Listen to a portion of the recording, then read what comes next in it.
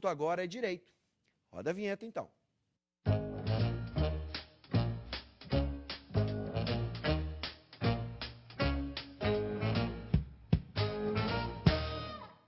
Está no ar o Espaço Direito em Pauta para falar que a Organização Mundial da Saúde aponta que o Brasil é o 11º país no ranking mundial de homicídios. O avanço na taxa coloca ainda o Rio Grande do Sul entre os estados mais violentos do país. Cada vez mais crianças e adolescentes ingressam no mundo do crime em função do tráfico de drogas. Os crimes mais comuns praticados pelos menores são vandalismo, desacato, lesão corporal, furto, roubo e homicídio. 75% dos menores em cumprimento de medidas socioeducativas no Brasil, 75% são usuários de entorpecentes, de acordo com o Conselho Nacional de Justiça. Professor Paulo Regis está com a gente, tradicionalmente nessa quinta-feira, junto com o professor Jorge Trindade e um convidado especial. Boa noite, professores. Sejam bem-vindos. Boa noite, boa noite. Nós temos a honra, hoje, de apresentar um convidado especial, professor Norberto Flack. Mas temos um outro convidado que já é nosso conhecido, que é o professor Jorge Trindade. E como nós, nas nossas quintas-feiras, não temos essa oportunidade, vamos fazê-la nesse momento. O professor Jorge Trindade é pós-doutorado em Psicologia Forense do Testemunho. Ele é doutor em Ciências Sociais, é doutor em Psicologia Clínica e Saúde Mental, livre docente em Psicologia Jurídica, mestre em Psicologia e Desenvolvimento Comunitário, especialista em Psicologia Clínica e Jurídica, graduado em Direito e em Psicologia, procurador de Justiça do Estado do Rio Grande do Sul na inatividade, é professor do curso de especialização em Direito da Criança e do Adolescente na Escola Superior do Ministério Público, professor titular da Universidade Luterana do Brasil, professor do curso de Direito no IBGEM, Rio Grande do Sul, professor do curso de mestrado em Criminologia da Universidade de Aconcagua, na Argentina, professor convidado da Universidade Fernando Pessoa, na cidade do Porto, em Portugal, e membro da Academia Brasileira de Filosofia, autor de diversas obras, artigos, com ênfase em psicologia, direito e criminologia. E especialmente, Bives, debatedor permanente do Direito em Pauta no Conexão da nossa Ubra TV. Vamos apresentar o professor Norberto Flack.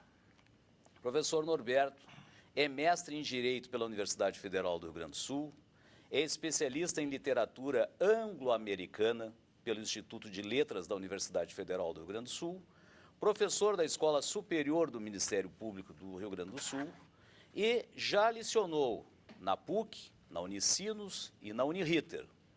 É advogado com atuação no direito criminal e direito administrativo sancionador.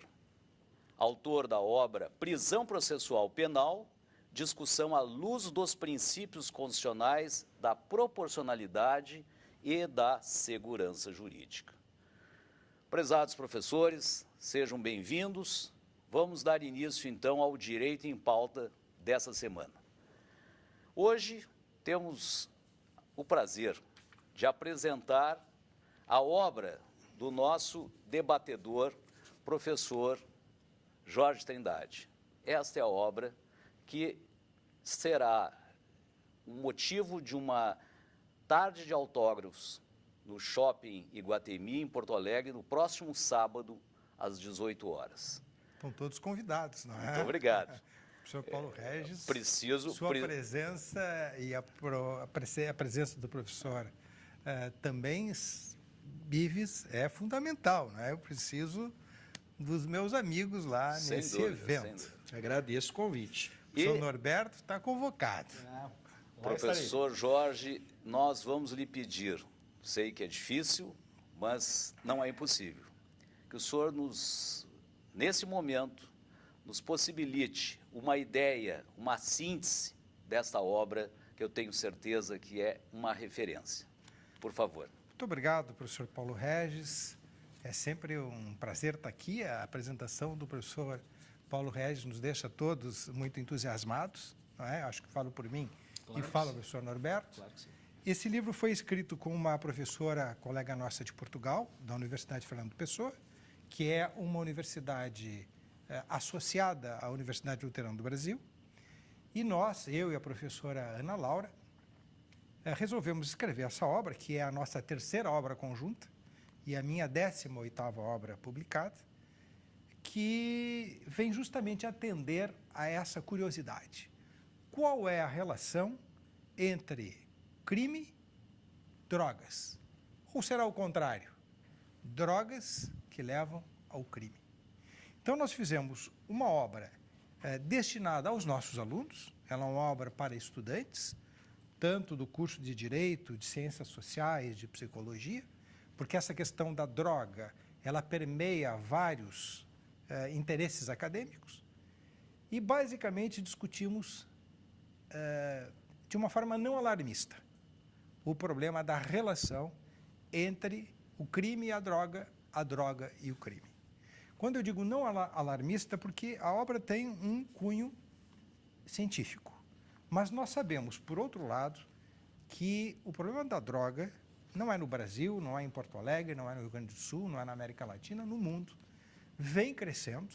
A droga é a primeira fonte econômica de lucro ilícito, a segunda é a questão do tráfico de seres humanos e a terceira, nesse momento, é a pedofilia.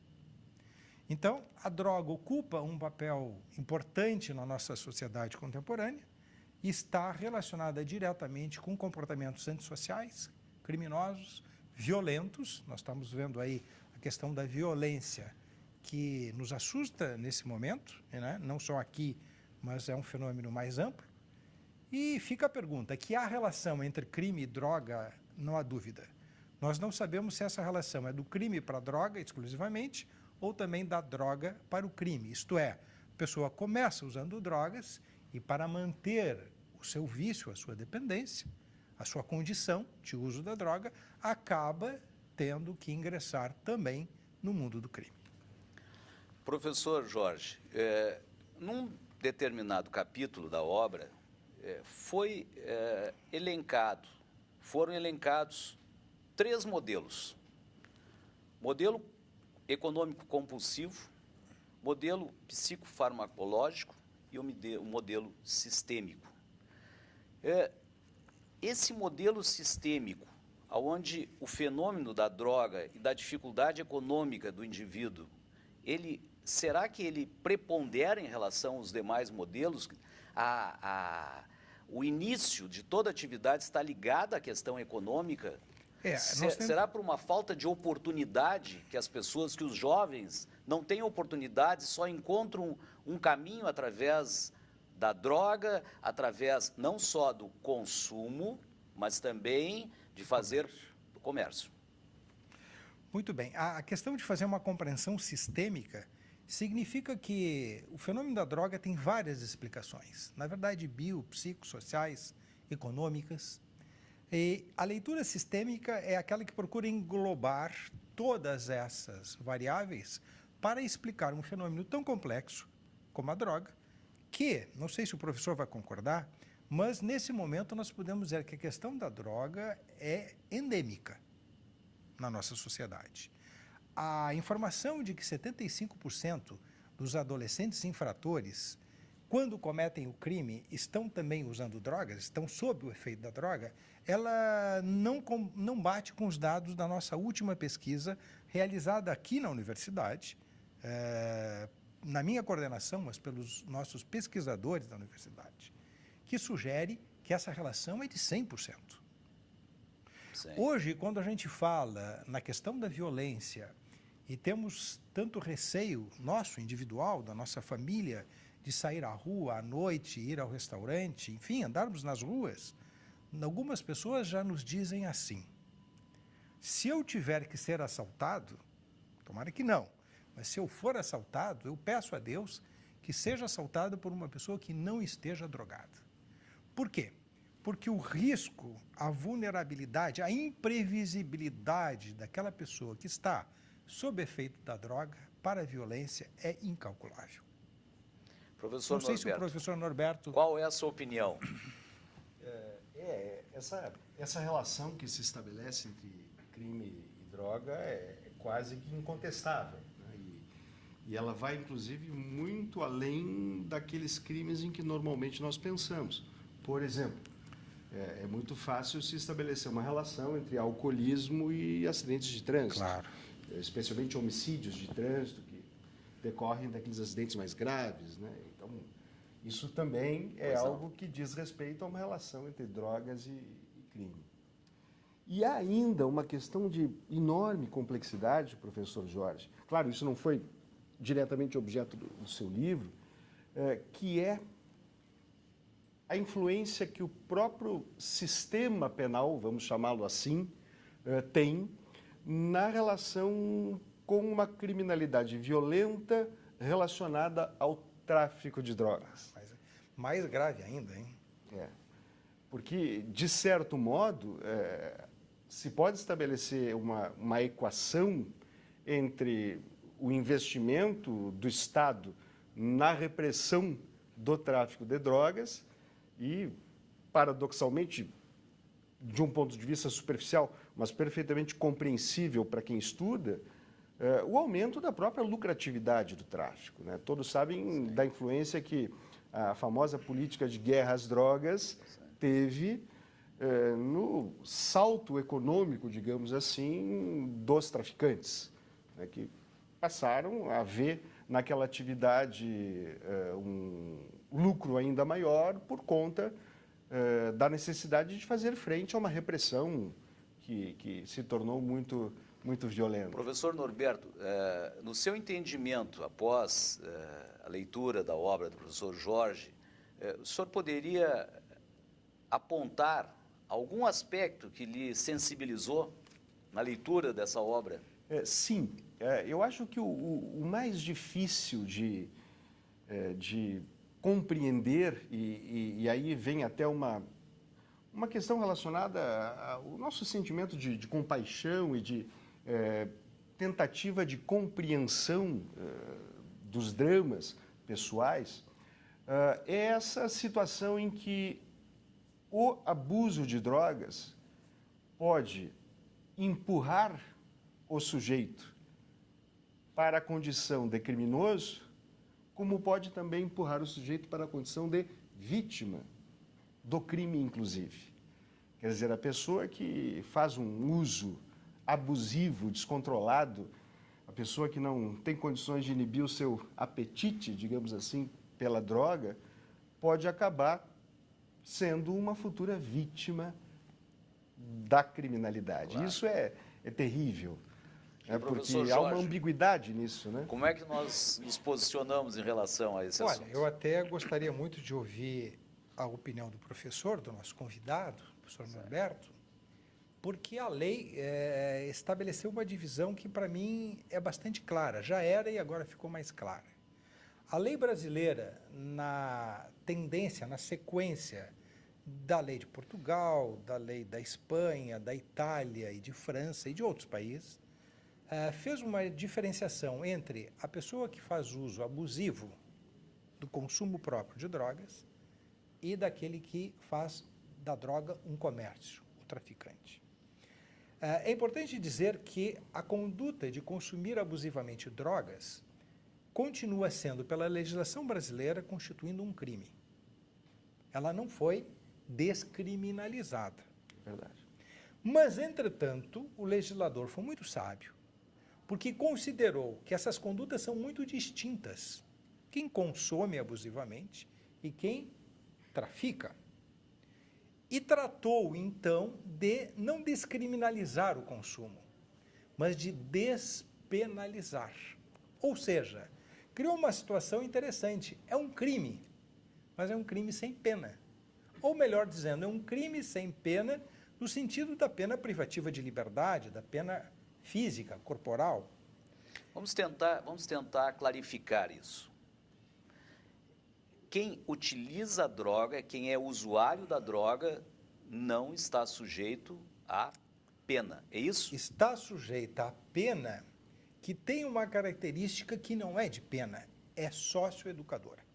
Ou seja, Então, as 3 consequências de quem faz o uso abusivo da substância e põe em risco, digamos assim, a sua pessoa e também indiretamente a sociedade, a saúde pública, está sujeita hoje a 3 tipos de penas, entre aspas.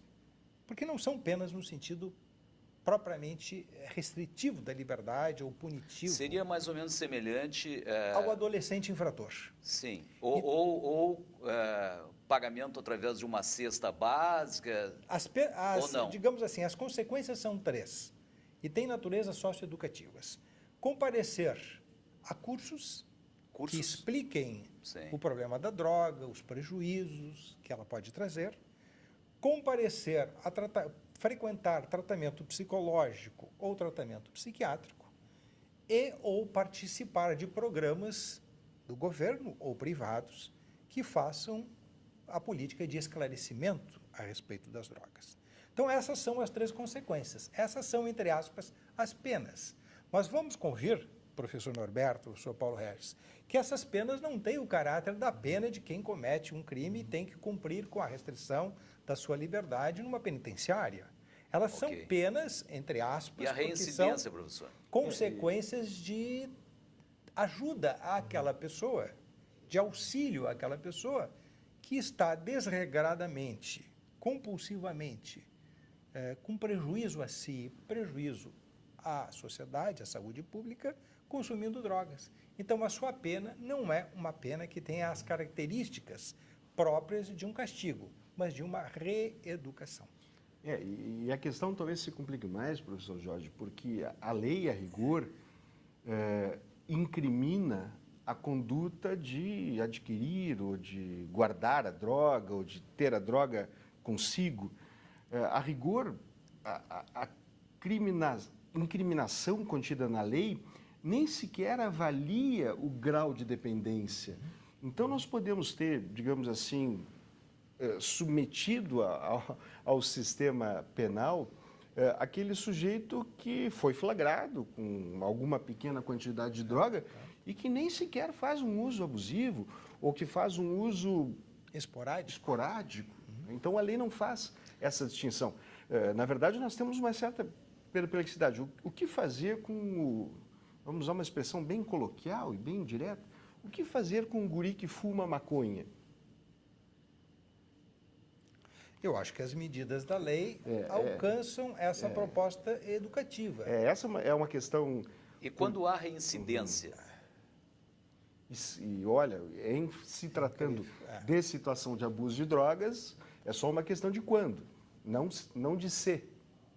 Se há um apetite não inibido, a dúvida é o quando. Desejo do consumo vai... Nós podemos concluir que a utilização da droga potencializa a criminalidade. O indivíduo que está sob efeito da droga, ele se torna mais agressivo e mais vulnerável. Ele está mais vulnerável, está mais exposto a comportamentos que sejam antissociais ou mesmo abertamente criminais. Deixa eu colaborar, por gentileza. Por favor. Estou aqui Claro, ainda, gente. claro. Oi, Não. estou aqui ainda, tá, pessoal? Sempre bem-vindo. Isso, eu sou leigo. Infelizmente ainda não tive acesso à obra, não pude ler, mas lerei com o maior prazer.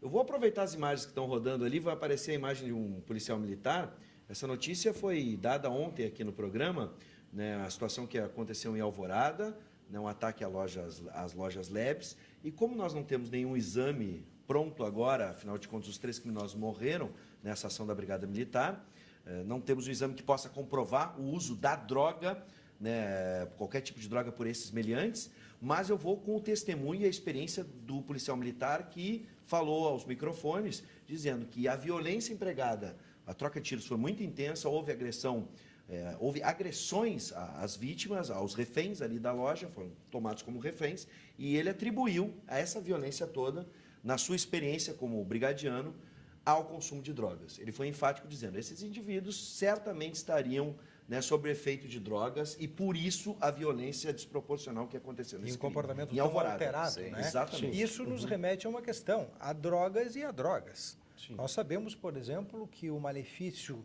do crack, não é, é muito maior do que outras substâncias. Então, assim, há drogas que nós consideramos drogas muito lesivas, drogas que vulgarmente também, né, professor, se chamam drogas pesadas, né? E essas causam uma lesividade maior. Potencializam, sim, a violência, o sentimento de agressividade, A potencializam... gente está vendo imagens, assim, desculpa interromper, mas essas são as imagens da ação da Brigada Militar nas lojas Labs, numa loja da Rede Labs, em Alvorada.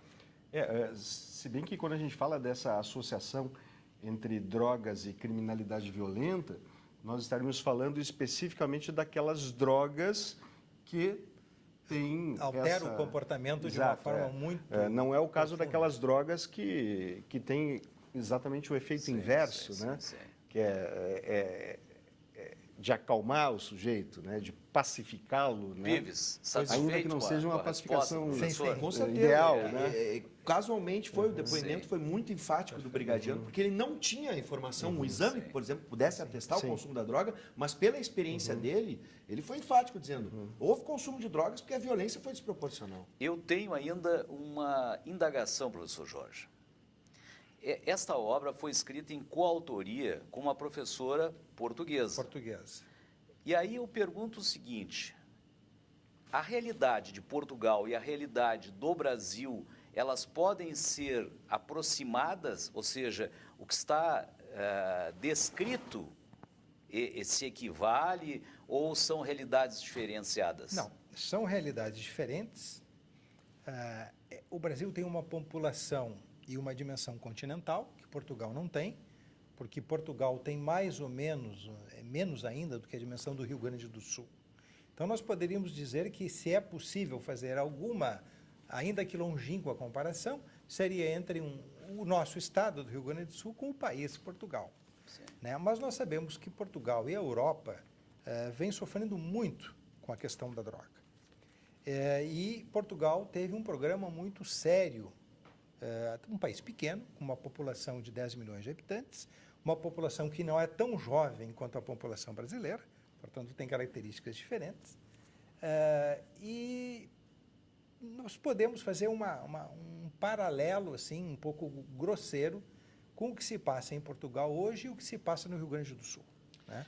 Bom, infelizmente nosso tempo acabou, a conversa ainda teria um tempo ainda maior e um conteúdo maior, mas eu recomendo, por favor, comprem a obra. Nos resta comparecer indicar na a obra. tarde de autógrafos. Exatamente. Da obra do professor Mais Jorge do que Trindade. nunca fica provado que esse livro é extremamente Muito obrigado, prescindível. professor Norberto. Foi um prazer. Obrigado, professor Muito Jorge. obrigado. muito Parabéns, obrigado, professor, Norberto. pela Muito obra, obrigado. viu? Desejo Muito muito obrigado. sucesso. Tá E mais bem. essa empreitada. Tá bem. Obrigado, professores, amigos. Até Muito obrigado. quinta-feira que vem.